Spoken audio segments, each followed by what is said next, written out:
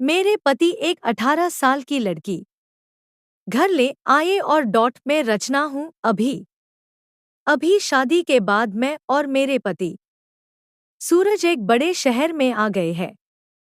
हम दो ही लोग हैं। एक बड़ा फ्लैट है। मेरे पति की अच्छी जॉब है। डॉट में कभी कभी यह सोचती हूँ कि मुझे बहुत अच्छा पति मिला है। शहर में आए अभी हमें कुछ दिन ही हुए हैं। तभी मेरे पति एक 18 साल की लड़की को एक दिन घर ले आए। कहा कि गरीब है, इसे काम को जरूरत है। मैंने कहा ऐसा क्या काम है, हम दोनों का काम मैं अकेली कर सकती हूँ। लेकिन उन्होंने बोला यह यही रहेगी और कुछ काम करेंगी। डॉट मैंने बोला ठीक है। किसी अजनबी जवान लड़की को इस तरह अपने घर में रखना मुझे कुछ समझ नहीं आया, वो भी तब जब मैं मना कर रही हूँ। रात मैंने सोचा कि उनसे पूछूं कि आखिर यह लड़की कौन है। लेकिन रात जब मैं कमरे में गई तब वो अपने लैपटॉप पर मीटिंग में बिजी थे। जैसे ही मैंने दरवाजा खोला, मुझे हाथ से इशारा करके चुप रहने को कहते हैं। मैं बिस्तर के एक साइड पर सो गई। सुबह करीब 7 बजे मेरी नींद खुली।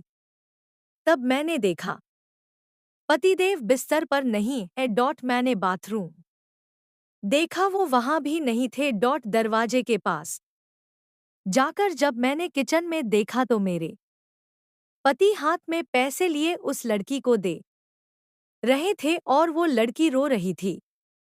वो उसे चुप भी करा रहे थे। पैसे देकर वो मुझसे मिले। बैगर बाहर मैन डोर से निकल गए। मुझे अब कुछ समझ नहीं आया कि बात क्या है।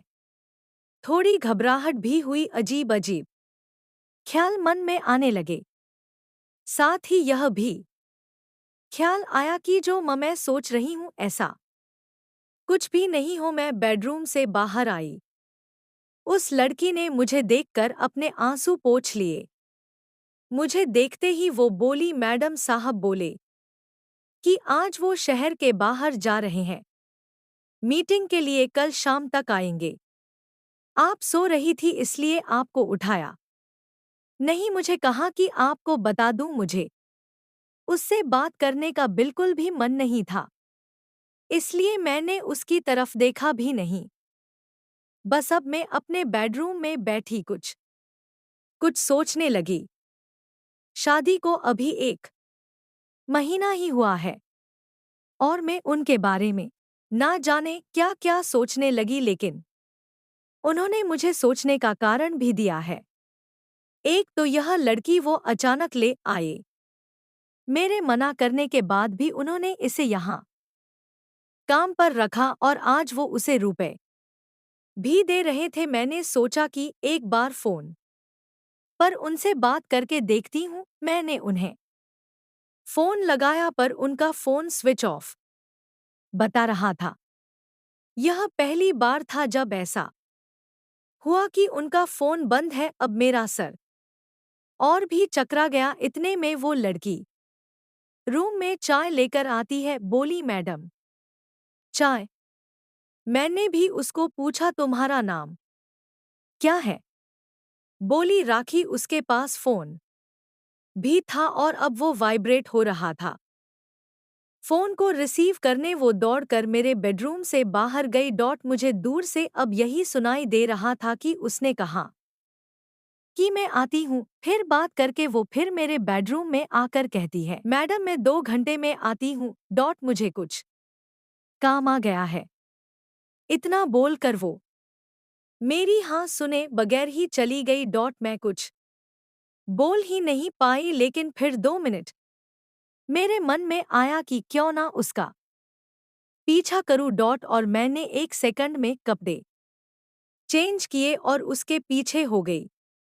वो मुझे मेरी बिल्डिंग के नीचे दिखाई दी। उसके बाद उसने एक रिक्शा लिया। मैंने भी रिक्शा लेकर उसका पीछा किया। रिक्शा एक पतली सी गली में रुका। वो वहां से उतरकर पैदल चलने लगी। बहुत सारे छोटे छोटे घर से होते हुए वो एक घर के आगे पहुंची। मैं लगातार उसका पीछा कर रही थी। क्यों कर रही थी? क्या जानना चाहती थी इसका? मुझे कुछ पता नहीं था, बस मैं उसके पीछे थी। दरवाजा खुला और खुलते ही वो लिपट गई उसकी माँ से जोर से। माँ और बेटी दोनों रोने लगी।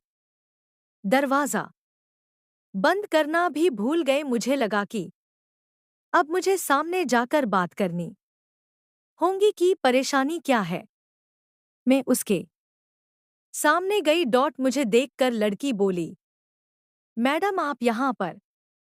मैंने कहा तुम्हारे साहब बोल गए थे कि तुम्हारा ध्यान रखना।